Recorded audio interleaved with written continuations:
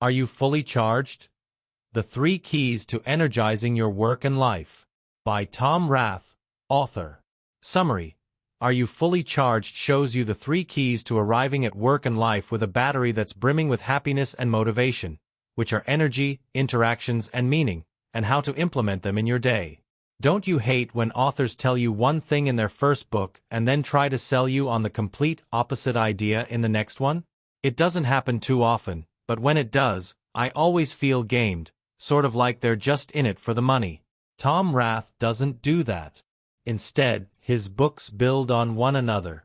Are You Fully Charged is his most recent one, and it incorporates what he learned and taught in Eat, Move, Sleep into a practice that goes beyond health and into happiness. It is based on 3 things: meaning, interactions, and energy. I want to share 3 lessons about these chargers with you today.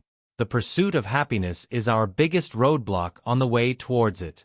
Put your phone out of sight when talking to someone. Try to take 10,000 steps a day. Lead acid or lithium ion, it doesn't matter. By the end of this article, you'll know how to wake up fully charged. Lesson 1. The pursuit of happiness is our biggest roadblock on the way towards it. There are many books, movies, and entire cultures built around the pursuit of happiness. It's what fuels the American dream and life in most other Western countries. And while there's a lot of debate around what it should look like, hardly anyone questions the premise itself. Is happiness even something that must be pursued? Well, Tom Rath isn't hardly anyone, so he raises just that question. He believes thinking that, as long as we spend enough time chasing it, we'll eventually find happiness is one of the biggest misconceptions of the 21st century. You might have already learned that external motivation ruins internal motivation. But if Tom Rath is right, this means it actively makes you unhappier, instead of just not increasing your happiness. He says happiness is simply a byproduct of a meaningful life, which is centered around internal motivation. I'm in a cafe right now. Let's say the waitress can comfortably serve 50 people a day, then she can make all these interactions light and positive and find meaning in those.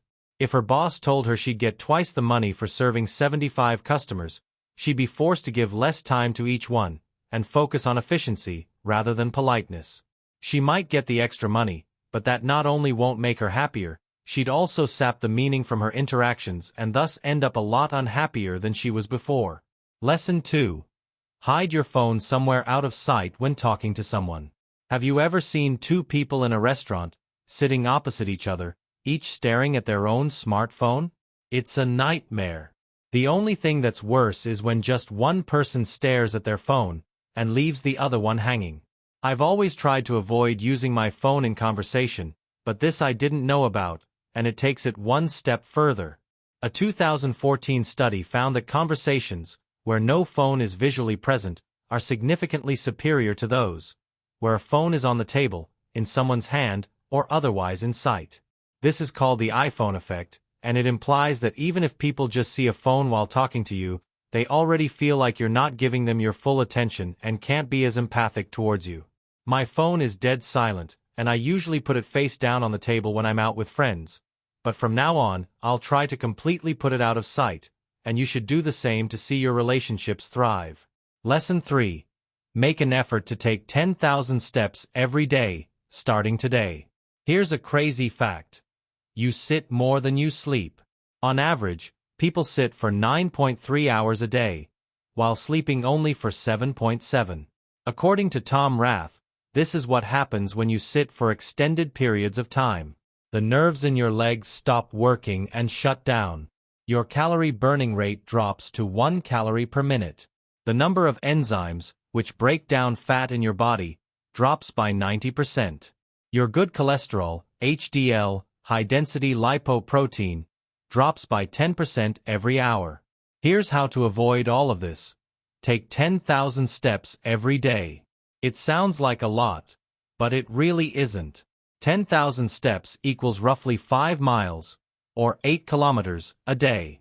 According to Tom, walking increases your energy levels by 150%, and since I started paying more attention to it, I feel he's right.